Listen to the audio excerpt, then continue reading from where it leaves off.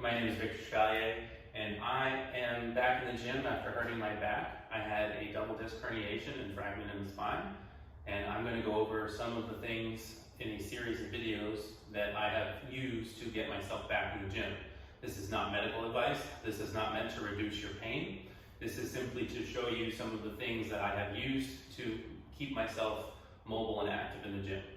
Two pieces of equipment that I'm going to start out with in this video series: the lacrosse ball and the slant board. These are the first two things I ever purchased, and these will greatly improve the depth in your squat by allowing the stretch in your calves, ankle, and foot. A lot of times they're a lot tighter than you would think, and I bet you most of you, if you stood on a lacrosse ball, you would be like, wow, my foot is in a lot of pain. So typically what I'll do with folks that come into my gym is I'll have them step on a lacrosse ball for about a minute or two per side. And what you're gonna do is you're gonna put your full weight into your foot and kind of dig around, find a feel for a spot that's in pain. Take a deep breath in, breathe out into that knot, try to release it and keep moving.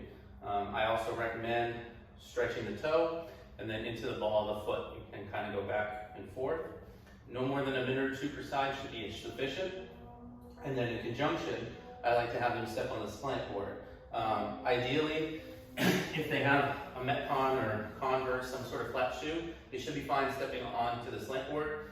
However, I like a lot of times to just have folks be barefoot, as it allows that full kind of sink into the slant board. So you're going to be standing on this with your feet parallel to each other.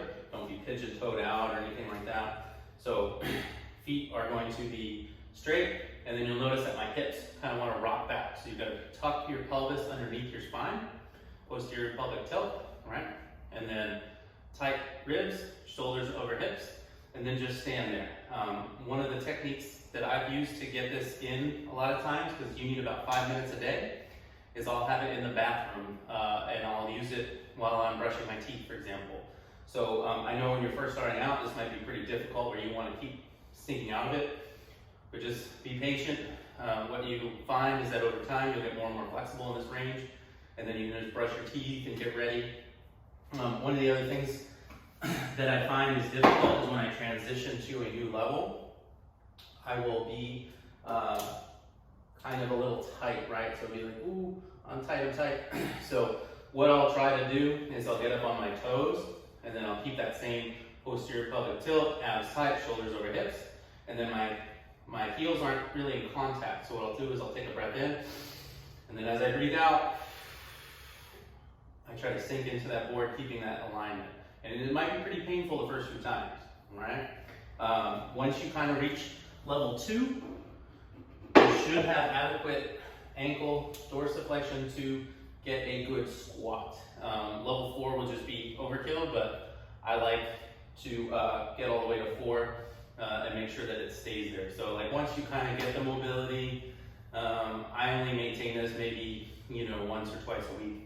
But when you're first trying to ramp up your mobility, definitely like 3, 4, 5 times a week minimum would be great.